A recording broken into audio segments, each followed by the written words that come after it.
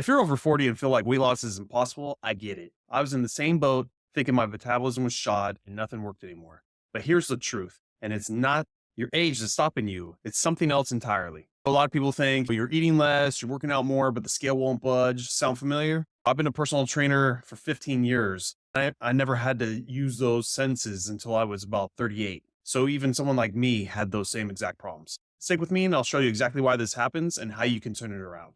How's it going? This is Brad Williams with Over 40 Fitness Hacks Podcast, the podcast where I help you, being over 40, to fight the aging process without giving up your social life. I want to talk about this new SKOOL program I just built. It's free for the first 100 members. What SKOOL is, SKOOL, is a program that is a classroom-based tutorial website tied in with something very similar to a Facebook group, but on steroids. This social media platform has blown up since last January, and I just got in and finished my classroom. What it is I'm taking my Over 40 Fitness Hacks podcast and just putting it into this now community-based driven platform so I can provide tutorials on everything I know. Put the link to this in my show notes. Thanks for listening, and hopefully I'll see you inside. So first, let's start with why people blame metabolism. It's easy to think your metabolism slows to a crawl after 40 and just gets worse and worse as you age. But research shows that's not exactly true. Your metabolism only drops slightly. What really changes is how your body responds to food, stress, and activity. And the problem is, in our 20s, our bodies were on such hyper overdrive. We were that much more active than we are in our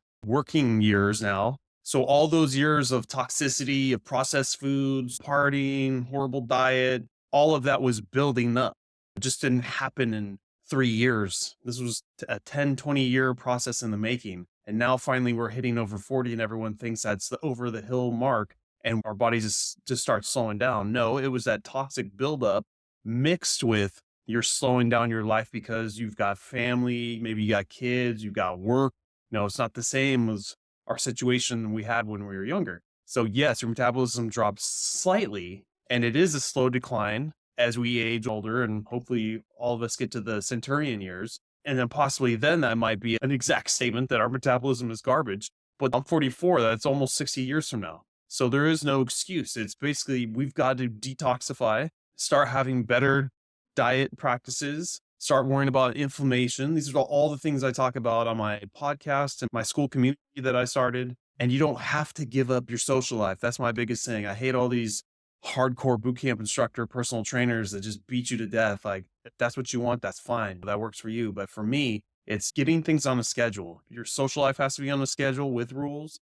And then your work days or fitness days have to be on a schedule with rules. And when you start working on all the things I talk about on my show, which is diet, inflammation, movement, stress, sleep, supplementation, when you start working these things synergistically, you have more and more wiggle room for your social life and for just taking a day off. I don't want to do it. But you'll still be in that direction of detoxifying your body, building healthy habits, seeing the results and be like, oh, okay, I guess I can still have the body that I had in my 20s or close to it. And the energy levels that I had in my 20s are close to it. And that's this myth that a lot of my clients and friends and family that I see, the over 40 crowd, just to come to and be like, I just can't work on this. It's not going to happen. And I'm just too busy. And it's simple little tweaks and hacks, as I call my show, Over 40 Fitness Hacks, that you can just start making. And I know you've seen all these fitness influencers that are in their 40s, 50s, 60s. God, I've seen some guys in their 80s that are just killing it. And you think they just have all the time in the world. They've just basically mastered their diet and mastered all their little habits. I'm sure they're busy as hell in their work life too. So when I see that 80-year-old doing muscle ups on a pull-up bar, which I've never been able to do in my life, I don't even know if I care, but just seeing that tells you like, oh my God, it can happen. So let's just scrap that right there. And now it's, do I have the motivation and do I care to get into this healthy habits to start doing these things for my body? And I'm not a psychologist. I've never been that huge motivator to get someone to do it. I basically just wait for people who are finally motivated that need the help. I'm just not good at the psychology part. But I can give you one of my best fitness hacks. And I'll just start with there because it's something you can just start tomorrow, something very simple. And it's one of the biggest things that I discovered all these years of being a personal trainer. And I wish I started this sooner. And it's basically mastering your insulin.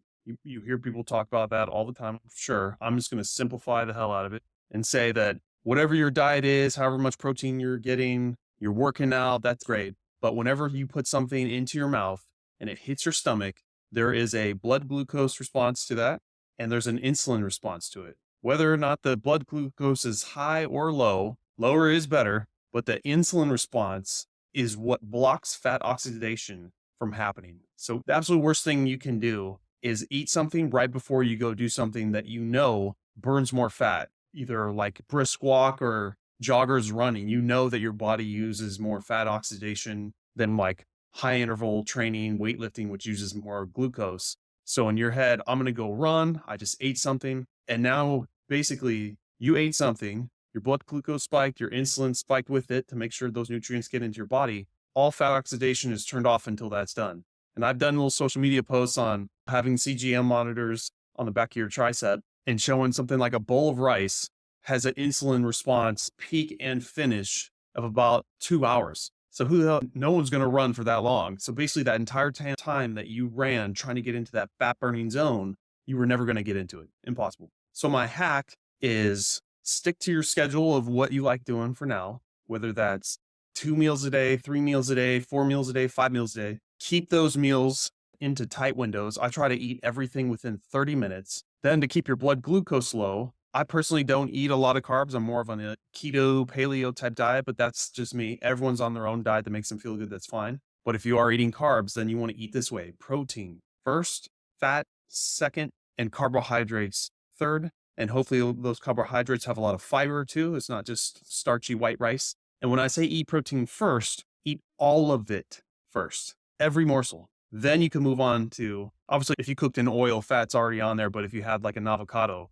you wait to eat that avocado until every bit of that protein is gone. Then after that avocado is gone, then you can start eating your starches. Now, this is if you want to do it perfect. Obviously, you got to enjoy your meal too. So maybe attempt to eat all the protein first, every now and then mix in some of the other stuff. I'll leave that up to you. But controlling that blood glucose response will control that insulin response. And that peak I told you that we watch, instead of 2 hours, eating it that way, maybe it's all done in a half hour, and then boom, you're back into fat oxidation. Ready. So tip number 2 would be between your meals, no snacking for the same reasons. So you have feeding windows and we're calling them meals. And if you want to eat some treats or sweets or things that you have in your daily routine, they must fit in those half-hour condensed meals. There is no snacking, and that has to happen or else you'll never see the needle move. And tip number 3, if you're going to go do something like jogging, walking, slow pace circuit training like I do, where there's a chance to do that fat oxidation, that means you can't have eaten